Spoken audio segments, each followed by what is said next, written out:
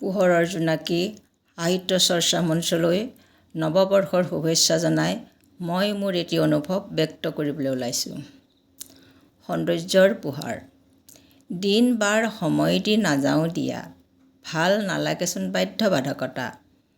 দেখিমনে বাৰু সৰাপাতেৰে চোতাল ভৰা, কাঁহী বাতি বয় বস্তুৰে খেলি মেলি মজিয়া। থাকিব জানো অপৰিপাটি চকীমেজ উন্মুক্ত বিচনা। দিন বাৰ সময় দি নাযাওঁ দিয়া, নাপাম বিচাৰি তাত স্বাভাৱিকতা। আৰু কি জানা, নাথাকে তাত সৰলতা। আউল বাউল চুলিতাৰি, নাথাকে দেখোন মেখেলাৰ খুচনি। দেহ আৱৰি থকা মলিয়ন কাপোৰজুৰি, নতুবা শিউনি দিয়া ফটা ৰিহাখনি।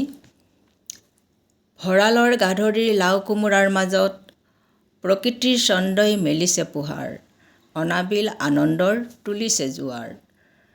তাতেই পাম মই সৃষ্টিৰ আধাৰ, অকৃত্ৰিম নিভাঁজ মনৰ। দিন বাৰ সময় দি নাযাওঁ দিয়া, থাকে তাত বাহ্যিকতা কপটতা। হয়তো থাকিব পাৰে প্ৰাণ নথকা এখনি হিয়া। সেয়ে কৈছোঁ দিন বাৰ সময় দি নাযাওঁ দিয়া।